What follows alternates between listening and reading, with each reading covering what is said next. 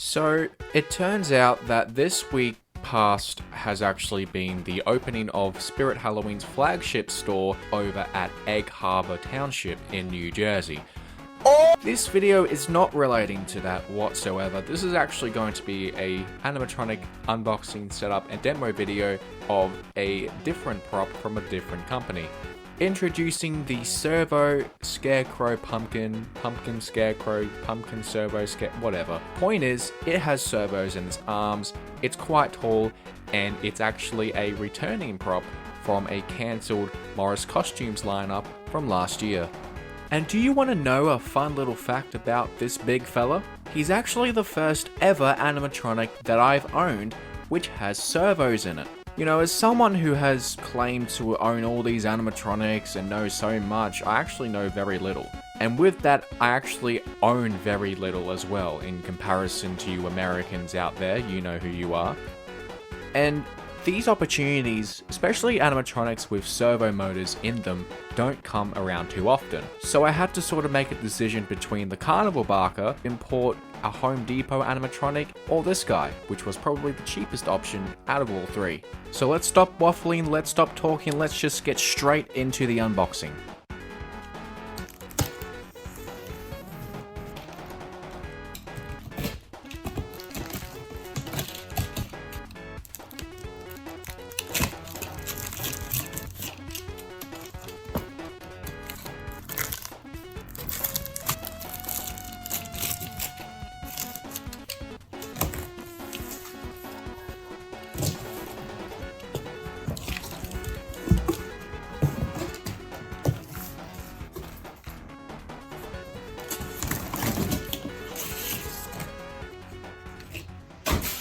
Holy cow, there's actually stuff here I don't recognize. What is that?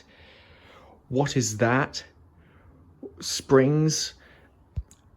The European mind cannot comprehend this. I don't know what help. Well, you heard the man, he can't comprehend it. Anyway, here's the first piece out of the box, the back piece. Next, we have the two arms with the servo motors. There are two motors on each arm with 4 movements and the limbs all up.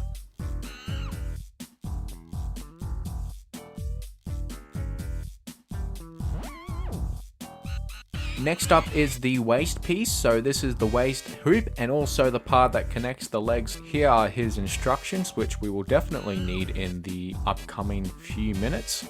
In here are his clothes. Here is his main part, so the spine, the module, and a huge shoulder piece. Next up we have some poles!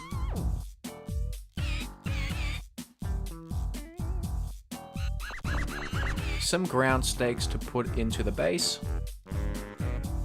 Here is the adapter with an Australian plug.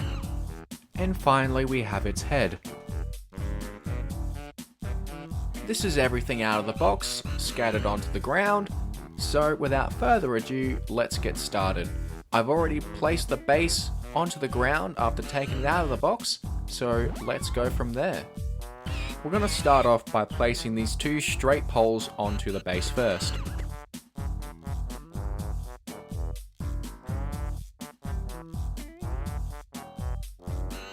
Next, we're going to put the two other poles onto the already upright poles. Now be careful, don't make the same mistake I did. There is a B1 and a B2 pole. The B2 goes on the right, B1 goes on the left. Next are his clothes. This is the thing that goes around his neck. And then you have his main piece. This is all one giant thing that goes over the top.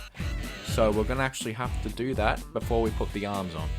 This one in particular actually has some real good material, good enough to be waterproof, so you can leave them outside for an extended amount of time.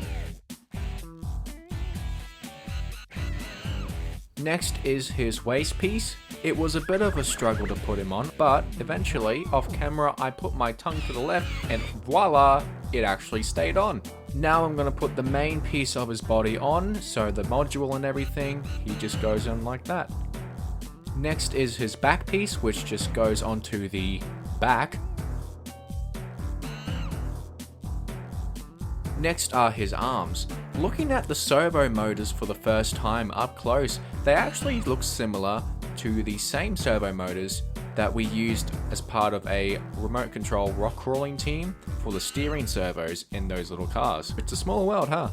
These wires are actually really good. The cable ends protect the internal bit of the wire from any bad weather, which is a really good touch. Regardless, just off camera, I had to get a second pair of hands to help me with the clothing going over the arms, but this is almost complete. Next up is the head. This is the head in all its glory. It actually comes with a little cool feature in the form of this pin right here. You can actually take the pin out, put the pin back in through the hole it came out of once you put it at the top, so it's secure while the prop is in motion. Nice touch.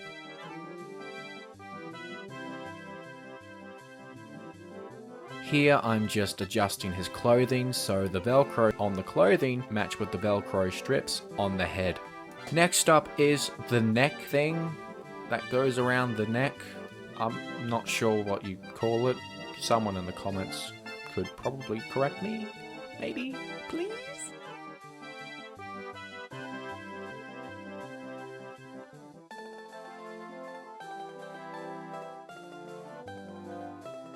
So that's it, he's all set up, ready to go. I just need to plug him in. He has 4 different speaking options, similar to the Lunging Reaper and the 10-foot Witch. He also comes with a light mode, and also a speaking mode and a sensor mode. It's time to do the demos. Hey there, it's prime time for perfecting your ghost noises. Give it a try. Ooh, ooh, ooh.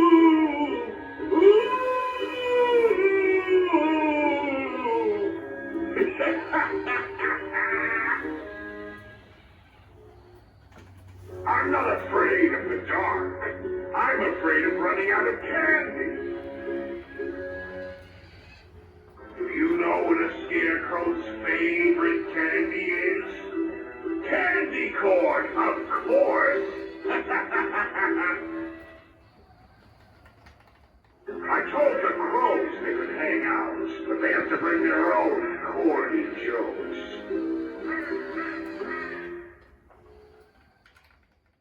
Hey guys, hope you liked the video. If you did, make sure to like, share, and subscribe if you enjoy the content and want to see more. Until then, see you in the next one. Have a great day. Bye for now.